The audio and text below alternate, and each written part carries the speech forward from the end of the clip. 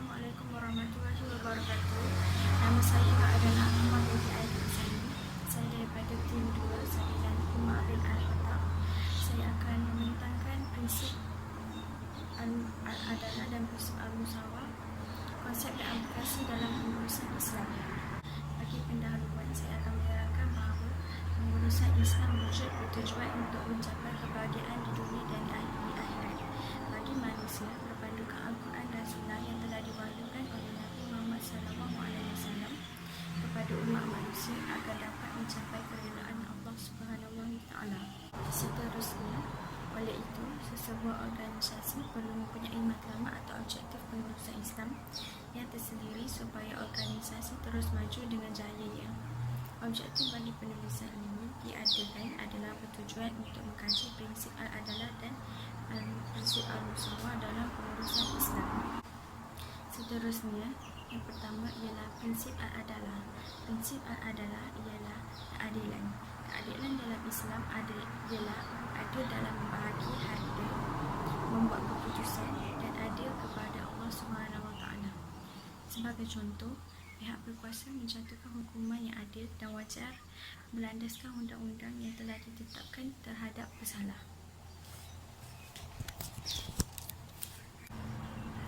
Bagi prinsip al-musawah pula, prinsip al-musawah bermaksud persamaan. Persamaan di dalam konteks ini ialah mengenai persamaan taraf dan kedudukan setiap individu di sisi undang-undang maupun di sisi Allah Subhanahu Wa Taala. Semua manusia tiada beza kerana hakikatnya manusia berasal daripada satu keturunan iaitu Nabi Adam.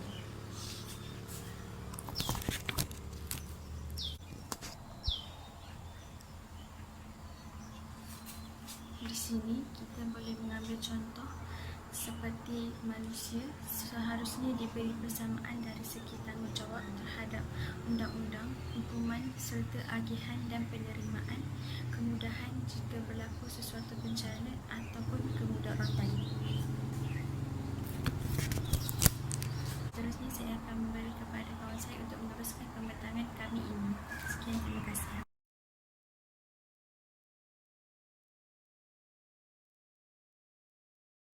Assalamualaikum warahmatullahi wabarakatuh. Nama saya Nur Sarah binti Muhammad Rashid dan hari ini saya akan menerangkan prinsip al-adalah secara umum.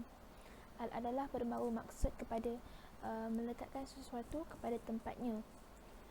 Perkataan adil berasal daripada bahasa Arab iaitu berbunyi adilan yang membawa maksud keseimbangan.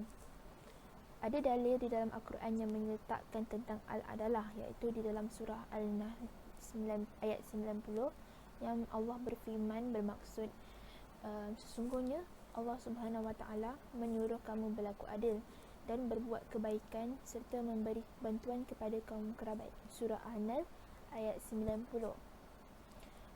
Contoh perbuatan yang berasaskan prinsip al-adalah ialah yang pertama, bersikap benar ketika berbicara.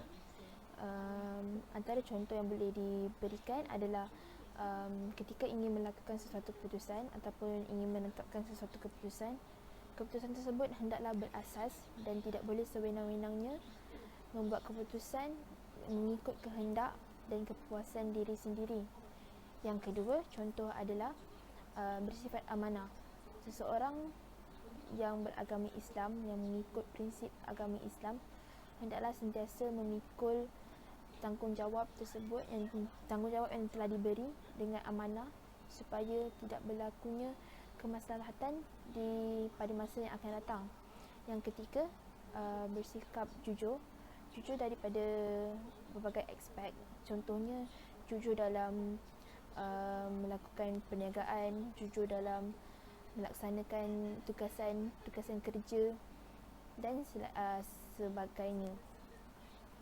Sekian, terima kasih.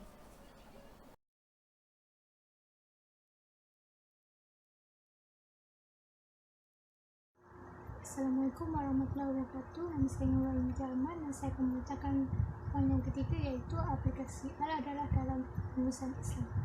Aplikasi al-adalah amat penting pada umat Islam dan tidak terkecuali dari konteks pengurusan organisasi. Pelaksanaan keadilan dalam Islam merupakan satu kewajipan bagi seseorang Muslim, terutama dalam organisasi pengurusan Islam seperti pembahagian tugas, amanah, jujur, pembahagian upah, tanggungjawab dan komunikasi. Antara contoh konsep adalah yang harus diaplikasikan dalam sesebuah organisasi yang berasaskan syariat Islam ialah para pekerja dan majikan perlu bersikap adil dalam membuat suatu keputusan. Hal ini kerana sebelum membuat sesuatu keputusan berkaitan dengan suatu perkara, seharusnya para pekerja dan majikan perlu melihat dari pelbagai sudut agar sesuatu keputusan yang telah dibuat itu tidak akan menyebabkan kita menyesalinya di kemudian hari. Contohnya, keadilan dalam membuat keputusan untuk melantik pengurus yang bersifat jujur dan amanah dalam melakukan satu pekerjaan. Contoh kedua ialah keadilan dalam pengucapan juga harus diterapkan dalam sebuah organisasi yang berlandaskan syariat Islam. Keadilan dalam pengucapan bermaksud kita harus menyampaikan sesuatu perkara kepada golongan-golongan tertentu. Dalam firman Allah SWT dalam surah Al-An'am ayat 152, dan apabila kamu mengatakan sesuatu sebelum membuat apa-apa keterangan, maka hendaklah kamu berlaku adil, sekalipun orang itu ada hubungan kerabat dengan kamu, dan berjanjian perintah-perintah Allah yang hendaklah kamu sempurnakan. Dengan yang demikian, itulah Allah perintahkan kamu supaya kamu beringat. Di samping itu, keadilan yang boleh menggambarkan sesebuah pengurusan yang berlandaskan pengurusan Islam ialah keadilan yang berlandaskan kesempurnaan timbangan dan ukuran. Secara umumnya, kesempurnaan ini bermaksud sesuatu benda tertentu itu sama ada dengan yang lain dari segi timbangan dan saiz. Kesempurnaan demikian adalah baik kesannya bagi manusia di dunia dan di akhirat. Sebagai contoh, sesebuah perniagaan menjalankan jual beli yang berasaskan timbang dan sukat seperti beras, tepung dan gula. Menjual barangan mereka menggunakan pengimbang yang tepat timbangan.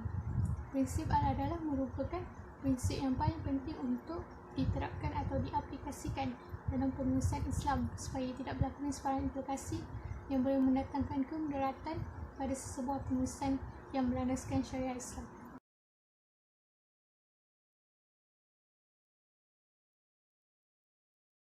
Assalamualaikum warahmatullahi wabarakatuh. Nama saya Nur Alis binti Ahmad.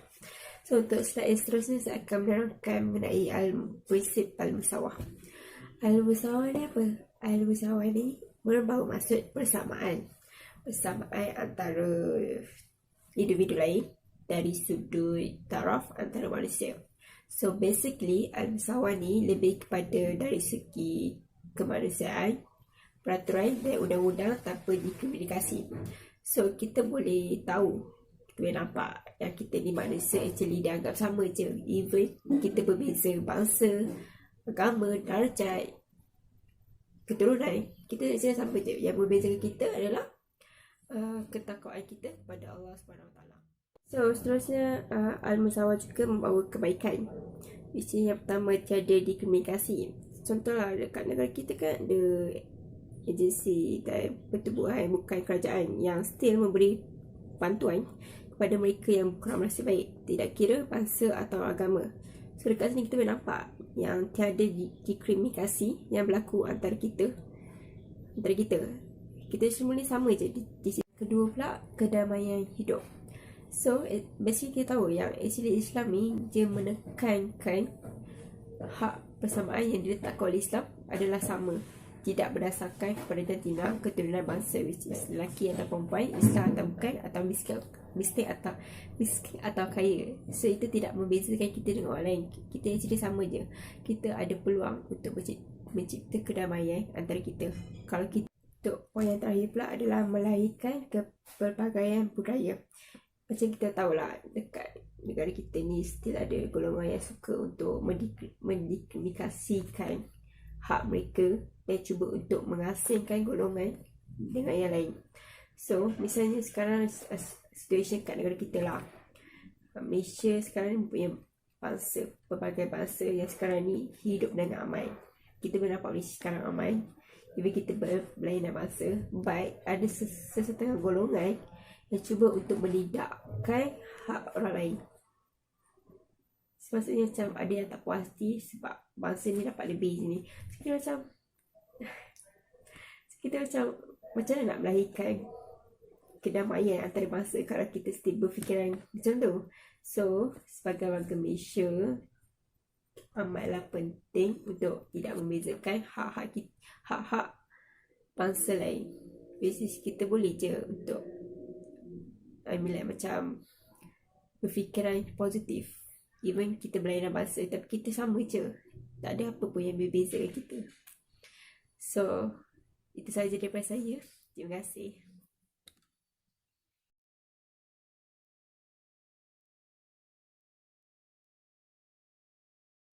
Assalamualaikum, nama saya Faedah dan saya akan membentangkan tentang aplikasi Al-Musawah di dalam perumusan Islam. Aplikasi Al-Musawah di dalam perumusan Islam terbagi kepada 3, iaitu pelaksanaan Al-Musawah di dalam organisasi, Al-Musawah dalam segi politik, dan yang terakhir adalah manusia adalah sama di sisi undang-undang Islam. Aplikasi yang pertama adalah dapat melaksanakan Al-Musawah di dalam organisasi. Aplikasi ini dapat memberi manfaat dan dibahagikan kepada 2 bahagian, iaitu memberi kerjasama di antara manusia dan bertolak ansur sesama manusia. Memberi kerjasama antara manusia sebagai contoh dapat menguruskan pekerjaan di antara majikan dan juga pekerja dengan lebih mudah. Justru itu, aplikasi ini dapat merujuk kepada sikap bertolak ansur sesama manusia kerana terdapat konsep Al-Musawah di dalam organisasi. Aplikasi yang kedua adalah Al-Musawah dalam segi politik. Aplikasi ini dapat memberi kesan seperti tidak berlaku sikap berat sebelah dan tidak berlaku kerja terhadap golongan bawahan. Sebagai contoh, berlainan agama ataupun bangsa terhadap individu yang bertanggungjawab dalam menguruskan hal ehwal rakyat dan rakyat yang lain. Tambahan lagi, aplikasi ini akan memberi kesan agar tidak berlaku keji terhadap golongan bawahan ataupun fakir miskin. Ini bermaksud sebagai manusia kita perlu menghormati individu lain kerana konsep Al-Musawah ini adalah memberi maksud tentang persamaan di antara manusia. Dan yang terakhir adalah manusia adalah sama di sisi undang-undang Islam.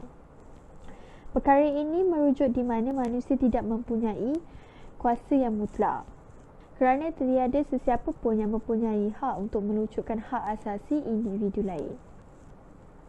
Tambahan lagi, manusia perlu bertanggungjawab terhadap kesalahan yang dilakukan.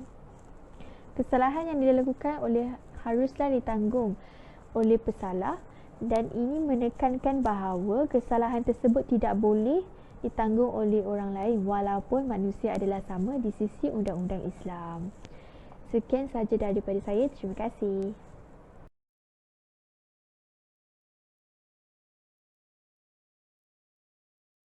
Kesimpulannya, kedua-dua prinsip ini amat penting dan mempengaruhi rutin harian manusia. Terdapat pelbagai prinsip-prinsip yang lain di dalam perumusan Islam selain daripada prinsip Al-Musawah dan prinsip Al-Adalah. Prinsip-prinsip yang lain itu juga mempunyai banyak kebaikan dan kelebihan masing-masing. Islam menggariskan elemen-elemen asas yang perlu dilaksanakan dalam sistem pengurusan Islam untuk mencapai segala sasaran dan objektif yang hendak dicapai oleh sesebuah organisasi. Sekian, itu sahaja pembentahan